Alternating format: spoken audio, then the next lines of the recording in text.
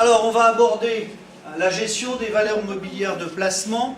Valeurs mobilières de placement, je vous ai remis la petite définition. Ce sont des titres. Et les titres, ce sont soit des actions, soit des obligations, que l'entreprise achète dans le but d'en tirer un profit immédiat. C'est-à-dire que c'est des entreprises qui veulent spéculer.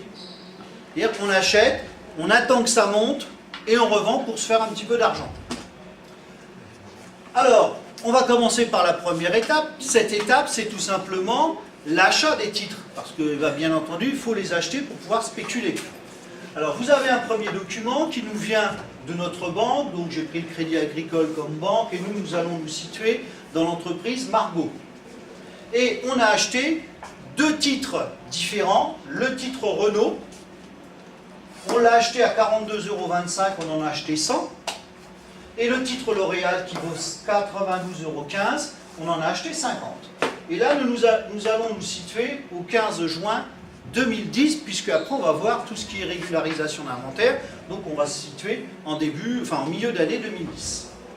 Alors bien entendu, quand vous achetez des titres, la banque ne travaille pas gratuitement. Elle va vous envoyer ce qu'on appelle un avis de débit. Ce qu'on fait, c'est sa facture, dans lequel on va retrouver les titres, le montant total des titres que l'on a achetés, mais aussi sa commission, qu'elle va appeler, elle, frais sur titre. Donc on va voir comment ça s'enregistre.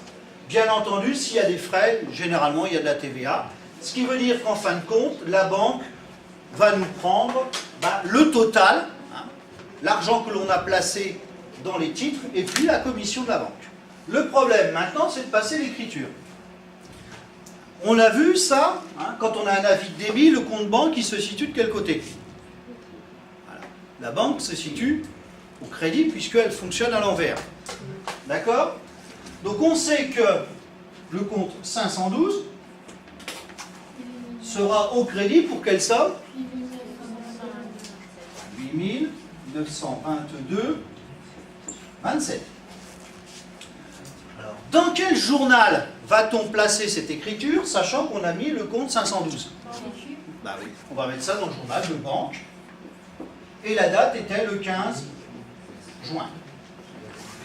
Alors maintenant, bien entendu, il nous reste à savoir cet argent que l'on a dépensé, qu'est-ce que l'on en a fait? Ces 8 900 €, qu'est-ce que l'on en a fait? On a acheté quoi avec ces 8 900?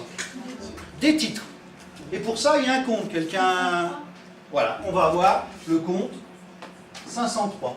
Et comme libellé, là j'ai pas beaucoup de place, donc on va faire court, avis de débit, et on devrait mettre achat VMP. Parce que vous savez très bien que les avis de débit, on en reçoit régulièrement dans l'entreprise, donc là il faut peut-être un peu préciser lequel. Et j'en ai acheté pour combien de titres? Voilà, 8 832,50. Alors après, on a une commission. Alors, commission, c'est le compte 627, service bancaire. Et si vous prenez votre plan comptable, vous vous rendez compte que le 1 indique que ce sont des frais sur titre. Pour 75,08 €. Et avec ces frais figure une TVA sur des charges, donc 44,56,6. Pour une somme de 14,72 €. Moi, je suis pas d'accord. Et donc, maintenant, on vérifie. L'intérêt de cette écriture, c'est que on va aussi reprendre certaines bases de début de BEP. Chaque écriture doit être vérifiée. On vérifie quoi dans l'écriture? Débit égale crédit.